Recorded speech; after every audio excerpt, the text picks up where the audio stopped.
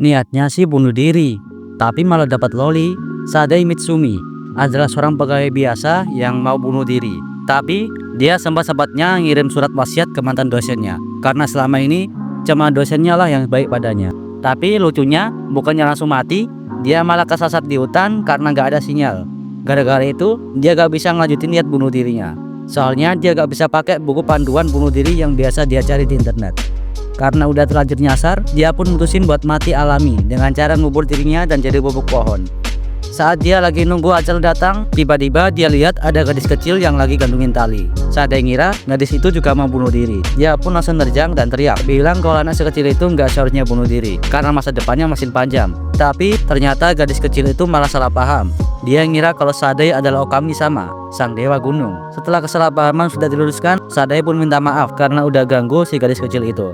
Namanya Aeka. Aeka ternyata udah lama tinggal sendiri di desa yang ditinggalkan.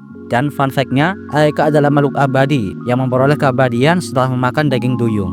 Dia juga sudah menikah dengan Dewa Gunung selama 800 tahun. Tapi karena sekarang gak ada lagi orang yang berdoa kepada Dewa Gunung, sang dewa pun akhirnya pergi meninggalkan Aeka seorang diri.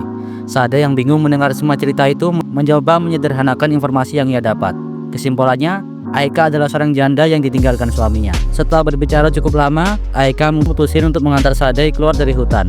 Tapi karena sudah sampai sejauh ini, Sadai pun mutusin untuk tinggal sebentar. Aeka lalu minta tolong ke Sadai buat ngelesain pekerjaan yang tadi sempat terganggu. Sadai pun coba bantu, tapi dia malah gak fokus karena sibuk merhatiin kelakuan Aeka yang gak sesuai sama penampilannya. Aeka kemudian cerita bahwa desa ini sudah ditinggali sejak 550 tahun yang lalu karena para penduduknya pindah ke kota.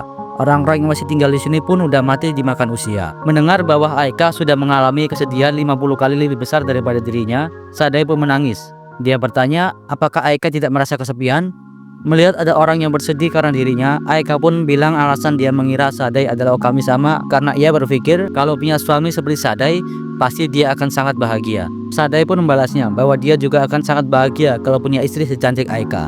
Dan begitulah kisah seorang pegawai biasa yang menemukan makna kebahagiaan pada hari terakhir hidupnya. Manga ini berjudul Aeka Naru dan kamu wajib banget baca. Sumpah nih, ini manga bagus banget loh.